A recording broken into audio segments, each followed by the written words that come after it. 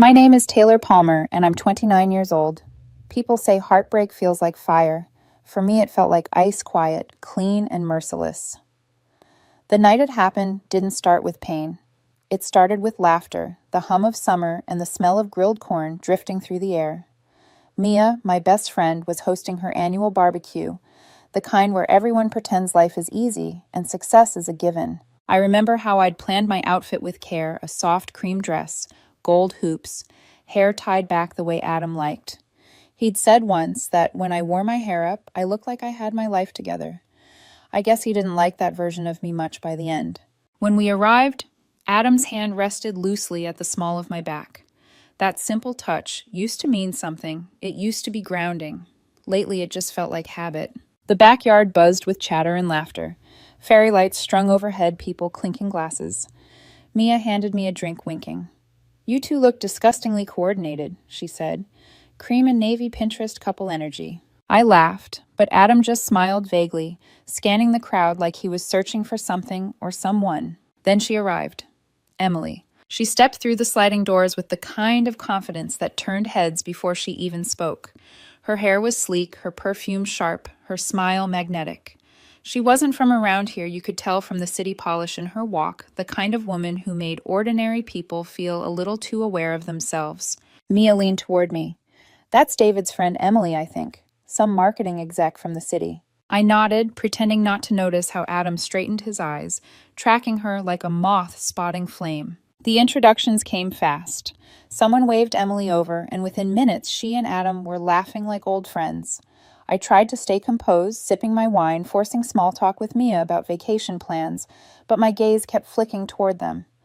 The way Adam's hand rested casually on the back of her chair, the way Emily's laughter filled the space like music that didn't need permission. When I finally joined the group, Emily turned to me with a dazzling smile. "Oh, you must be Taylor Adams told me all about you." There was a beat of silence. I looked at him. "All good things, I hope." Of course, Emily said tone light, but her eyes lingered on him for a fraction too long. The evening rolled on. I floated from one conversation to another, a polite ghost haunting my own relationship. Every few minutes, I caught snippets of their voices, his low, eager tone, her teasing replies. I tried to shake it off. He's just being friendly, I told myself. He always gets like this around new people. But then the moment came, the one that carved itself into my memory like glass. Adam and Emily were standing by the patio lights, surrounded by a small circle of people. Mia and I were nearby, laughing about something trivial when I heard Emily say, "You deserve someone who makes life exciting, not predictable." Adam grinned. "Anywhere but here would be better, right?" The laughter that followed was loud, brittle, echoing like a dare. And then he looked at me, not with guilt, not with apology, with detachment. A few people glanced my way. The laughter died out. The air turned heavy. Emily's smile faltered just slightly. "Oh, come on, Adam, I was kidding." But he wasn't. He looked at me and said, "You know it's true, Tess. You always like things safe." That single word landed like a slap. Safe. It meant boring, predictable, the opposite of her. I didn't speak. I didn't cry. I didn't scream or throw my drink in his face like the dramatic heroines in Mia's favorite TV dramas. I just stood there. Mia whispered, "Taylor, are you okay?" But my throat wouldn't open. I remember every sound around me. The soft crackle of the grill, someone's ice melting in a cup, the faint hum of a speaker playing an upbeat song that now felt unbearably wrong. Then Adam said the words that ended us. "Maybe I just need a change." Emily froze. Everyone else turned away, embarrassed for him, or maybe for me. I placed my glass down on the wooden railing, slowly, carefully, like I might break something if I moved too fast. "Yeah." "You just got it," I said quietly. He blinked. "What?" I turned toward him, my voice calm and cold. "That change you wanted. You just got it." And I walked out. No screaming, no scene, just the click of my heels against the deck, the sound of my own heartbeat roaring in my ears. Mia called after me, but I didn't stop. The summer air outside was thick, hot, and heavy, with the smell of smoke and betrayal. When I reached my car, my hands were shaking, but I kept my head high. I didn't cry on the drive home. The radio stayed off. The world outside blurred past in streaks of yellow and gray. When I stepped inside our house, the air still carried his scent, leather and cedarwood.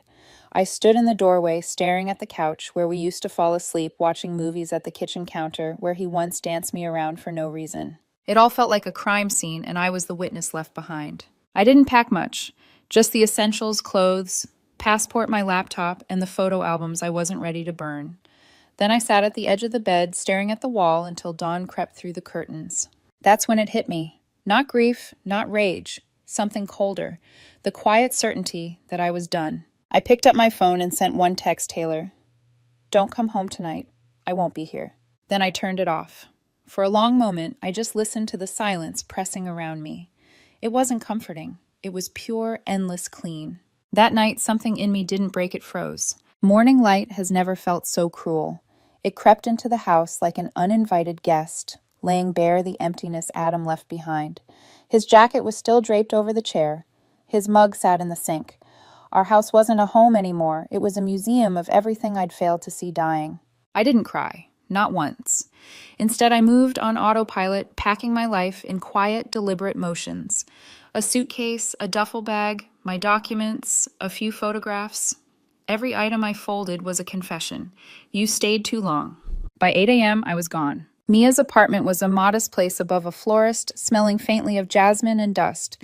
She opened the door in her pajamas, eyes wide. Oh my God, Tess, come in, come in. I smiled, or tried to. I didn't know where else to go. Her expression softened. You don't have to explain. She pulled me into a hug so tight I could barely breathe. Stay as long as you need. My couch, my wine, my questionable taste in TV, all yours. I nodded, grateful but distant. My heart felt vacuum-sealed. That first week was a blur. I went to work, came back, showered, stared at the ceiling. People kept asking if I was okay. I said I'm fine. What I really meant was, I'm empty, and it's peaceful. Mia tried to coax emotion out of me. You don't have to be strong, you know, she said one night, pouring us both a glass of wine.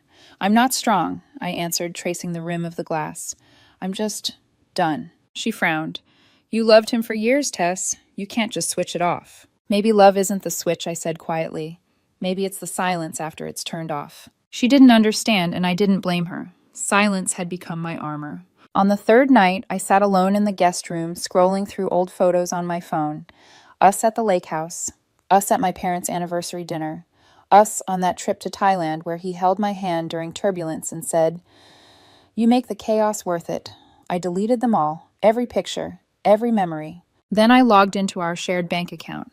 We'd always promised transparency. Half the money was mine, so I took it cleanly, quietly. I changed my passwords, redirected my paychecks, and transferred my savings. I didn't do it for revenge. I did it to breathe without owing anyone air.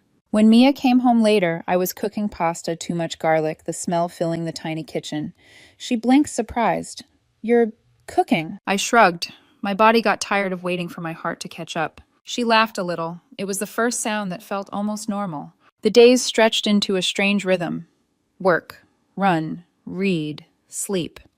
I didn't stalk his social media. I didn't ask mutual friends about him. I didn't need to. The quiet told me everything he hadn't called, hadn't texted. He'd chosen silence too. Only his was cowardly. Mine was deliberate. But silence can be loud when you're not ready to hear it. Every night, lying in Mia's spare room, I'd replay the moment from the barbecue. The way he'd said, You always like things safe. The crowd's uneasy laughter. My calm exit. I should have felt humiliated.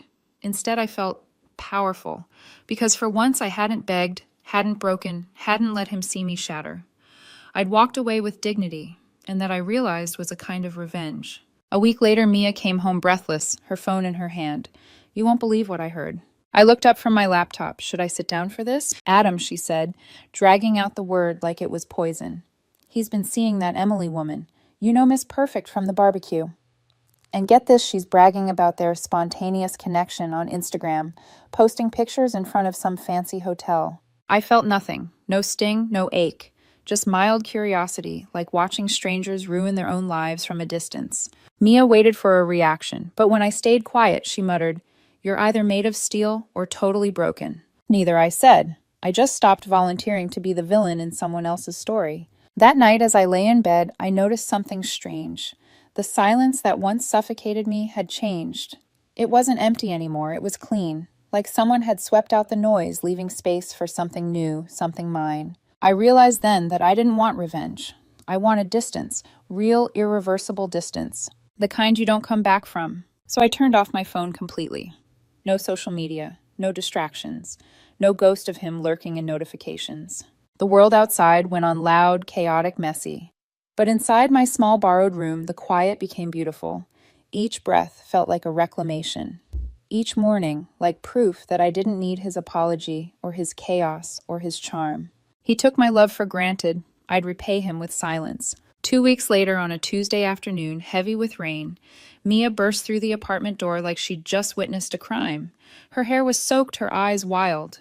"You are not going to believe this," she said, dropping her tote on the floor. I didn't look up from my laptop. "Adam's engaged already." She blinked. "How did you know? Wait. That's not it. It's worse. Way worse." I sighed, saving my spreadsheet. "Go on then. Ruin my peace." Mia flopped onto the couch, catching her breath like she'd just run a marathon powered by gossip.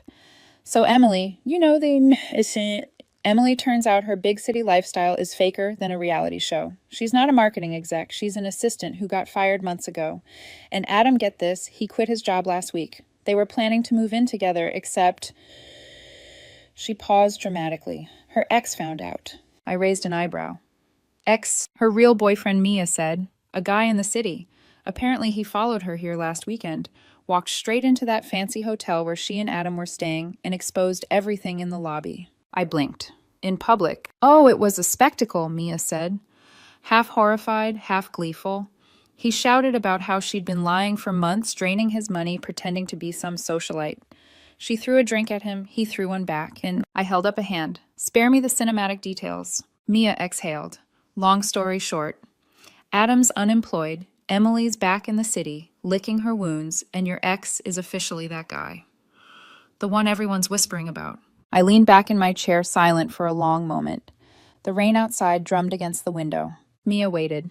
"Taylor, come on, you have to feel something." I looked at her, my voice steady. "I do. I feel confirmation." She frowned. "Of what?" "That I made the right choice walking away before the explosion." Mia blinked.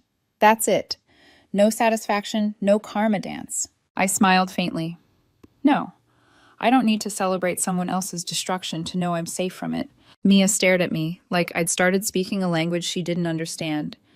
"You're scary sometimes, you know that." "I'm learning from this best," I said, and she snorted, rolling her eyes. That night, after she'd gone to bed, I sat alone in the living room, the soft hum of the refrigerator, the only sound. I thought about Adam and Emily, two people who built castles out of pretense and quicksand. They wanted to live fast, laugh loud, feel something, even if it meant burning everything in the process. I used to envy people like that. Now, I just saw them for what they were, addicted to chaos, because silence terrified them. I poured myself a glass of wine and stared at the city lights beyond the rain-slick window. The glass trembled faintly in my hand when my phone lit up on the table. Unknown number. The message preview read, "Taylor, please. Can we talk?" I didn't open it, didn't even unlock the screen. A few minutes later, another one. "You're ignoring me fine. I just wanted to explain." Then another. "Emily lied to me. She used me. You were right about everything. Please answer." I set the phone face down. By morning, there were 10 unread messages. By evening, 20. Some were pleading, some defensive, some laced with guilt. "I made a mistake. I was drunk. You're being unfair. You know I still love you." I deleted them all, blocked the number. 2 days later, a new one appeared. Another unknown number. "Remember our cabin trip? When it snowed and we stayed in bed for 2 days, I keep thinking about that. About you." I read it once, then deleted it too. Every message was like a fishing line cast from the wreckage of his own making, hoping to hook me again.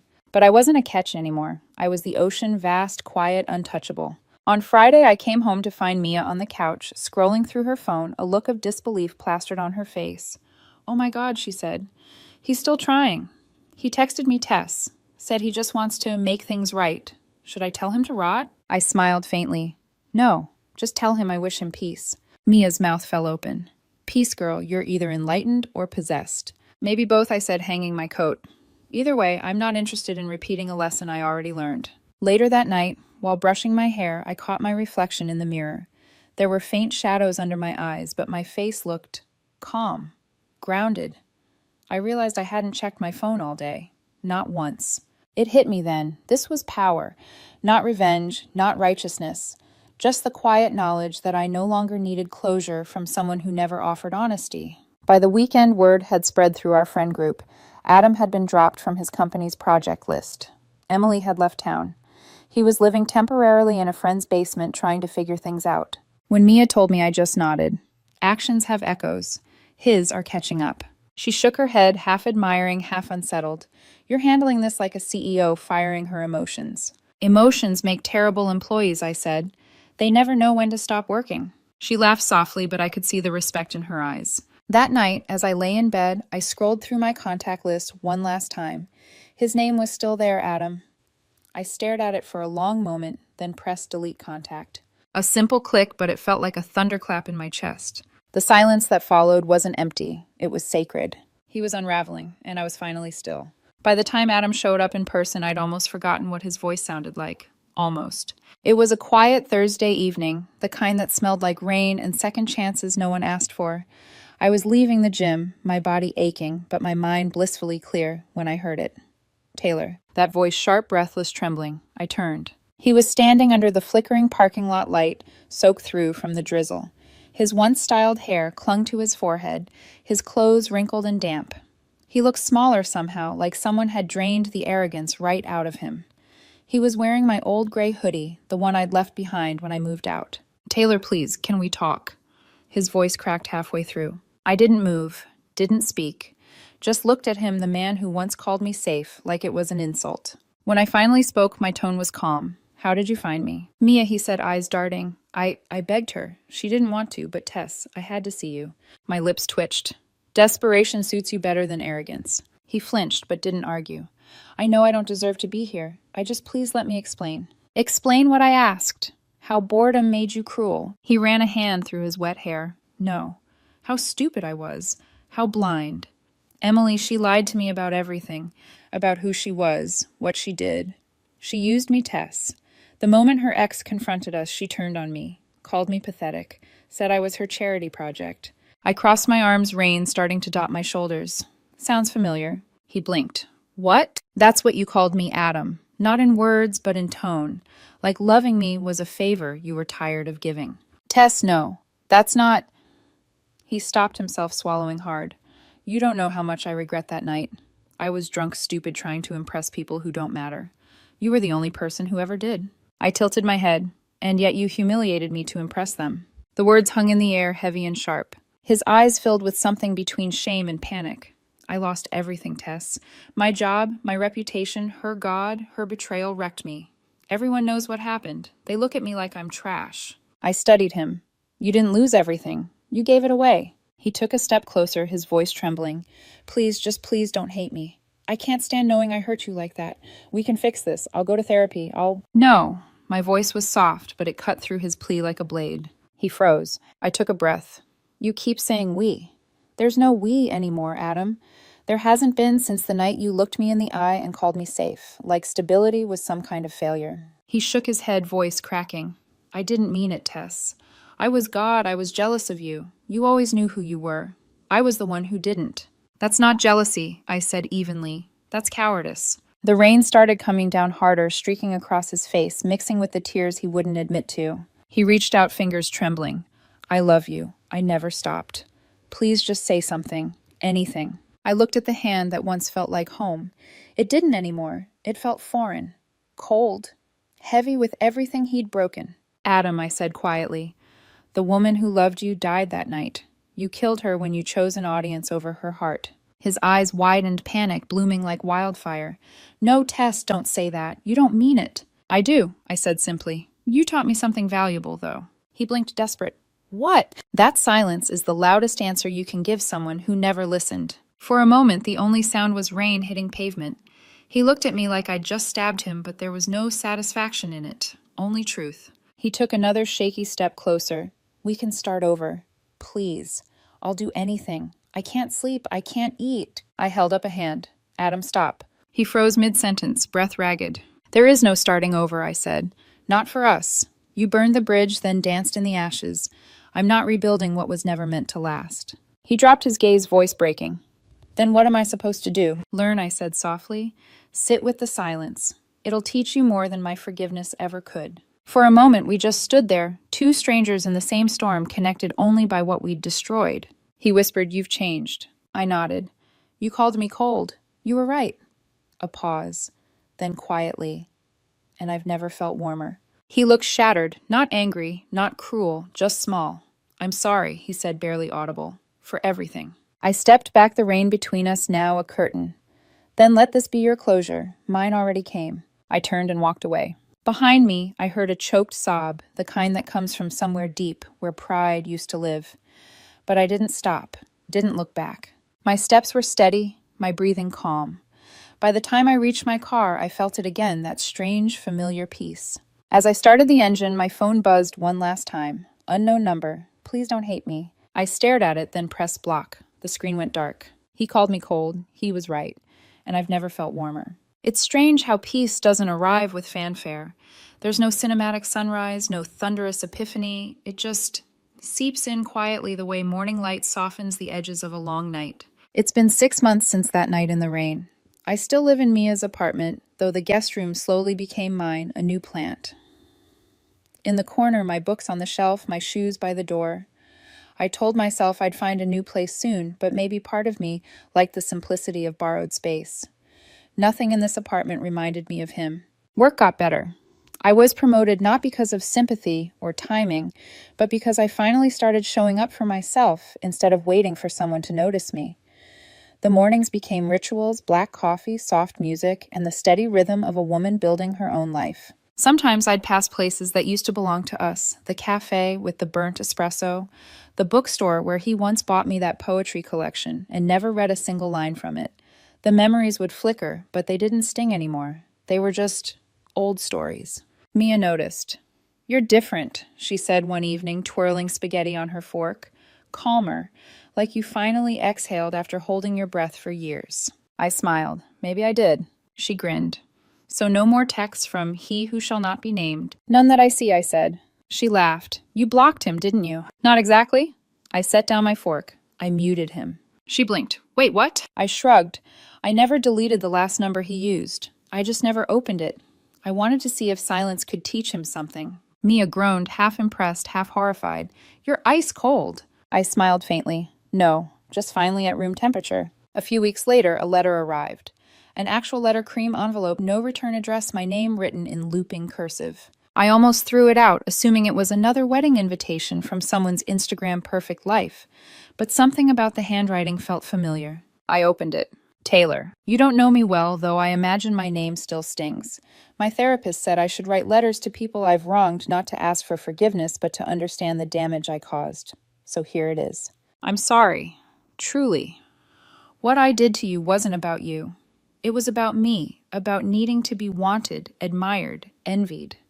Adam was just the mirror I used to convince myself I was still someone worth looking at. When it all fell apart, I thought I'd lost him. But what I really lost was the illusion of control. I've been in therapy for months now. Your silence haunted me more than any confrontation could have. It made me face myself. I don't expect a reply. I just wanted you to know that your quiet hurt changed something in both of us. Emily. I read it twice, then once more slower this time. Not out of anger, not even curiosity, but because for the first time I realized my silence hadn't just ended something, it had transformed it. Emily's words weren't redemption, they were reflection, and maybe that was the real power of walking away. That night I sat by the window with a cup of tea, watching the rain trace lines across the glass. The city outside was alive, strangers, laughing, lights, flickering cars, rushing somewhere important. For the first time in a long while, I felt content not rushing anywhere. I took the letter, folded it neatly, and fed it to the candle flame on the windowsill. The paper curled, blackened, and vanished into smoke. Peace doesn't announce itself. It whispers. It says you survived. You grew. You let go. Later, as I got ready for bed, my phone buzzed once. An unknown number again. I stared at the screen, no name, no message preview, just the glow of possibility. I didn't open it. Didn't need to. Because I knew exactly what it would say. And more importantly, I knew exactly who I'd become. I smiled, set the phone face down, and turned off the light. The world outside kept spinning. And somewhere in that quiet, I finally understood sometimes the most powerful revenge isn't hate, it's peace.